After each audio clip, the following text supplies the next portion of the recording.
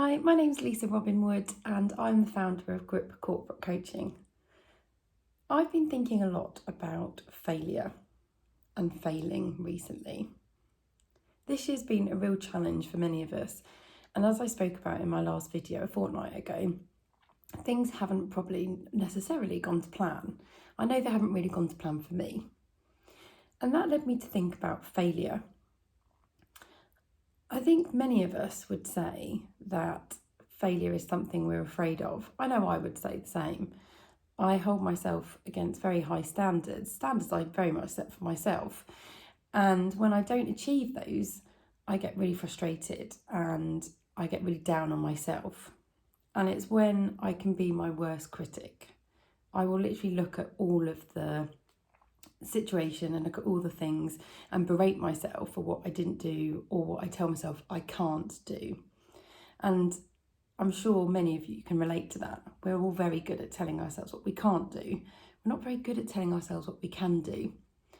And this is a self-fulfilling prophecy. If we tell ourselves we can't, we're probably right.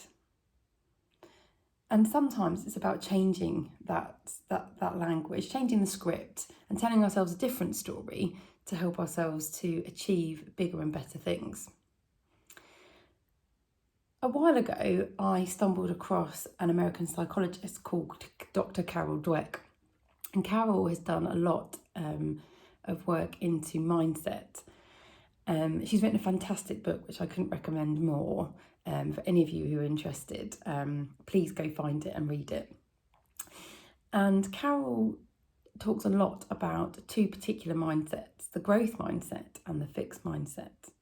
The growth mindset is a real believer in challenge being good for learning and the opportunity for learning in all scenarios. And that learning opportunity being what helps us to grow. The mindset is very much focused around a not yet attitude. So therefore, in context, I might not be able to do it right now, but I will be able to in the future. It is just a not yet, not a never. And that thought is so freeing. It is so enabling as a thought process. And once I discovered this, it was a mindset that I applied in my working life and which really helped to support me to give things a go, to not be afraid, to not be too worried if I couldn't do something straight away, but to have the belief that I would in time. And what is so fantastic about that as a mindset is it enables you to relax. It enables you to stop putting yourself under so much pressure to be brilliant yesterday. So that actually realistically you're more likely to get better, to be able to do it and to be able to succeed. On the flip side, the fixed mindset is very much the opposite. It is the can't do that, wasn't born to be able to do that. A real belief in genetics and you have what you're born with and that's it.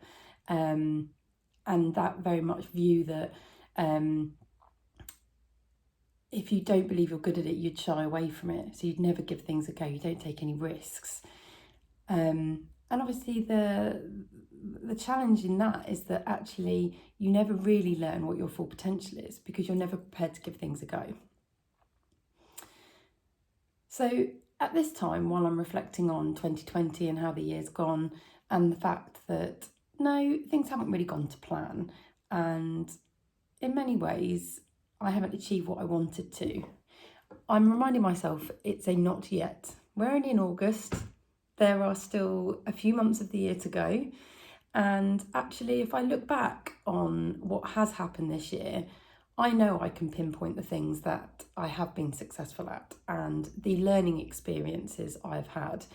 And for me, being able to identify those learning experiences and how I've challenged myself and how I've built up my knowledge, those are successes in themselves. And therefore, actually, at this stage in the year, there are things I can celebrate. It's not all been a failure. It's been a first attempt in learning. So if you're in a similar situation and you're feeling very much as though 2020 has not been your year, remember the yet. It's not been your year yet. And if you want a conversation to look ahead with me and identify what opportunities there are still to be had, give me a shout. Let's have a conversation and let me help you to enable the rest of your 2020 and going into 21 to be the year that you want it to be.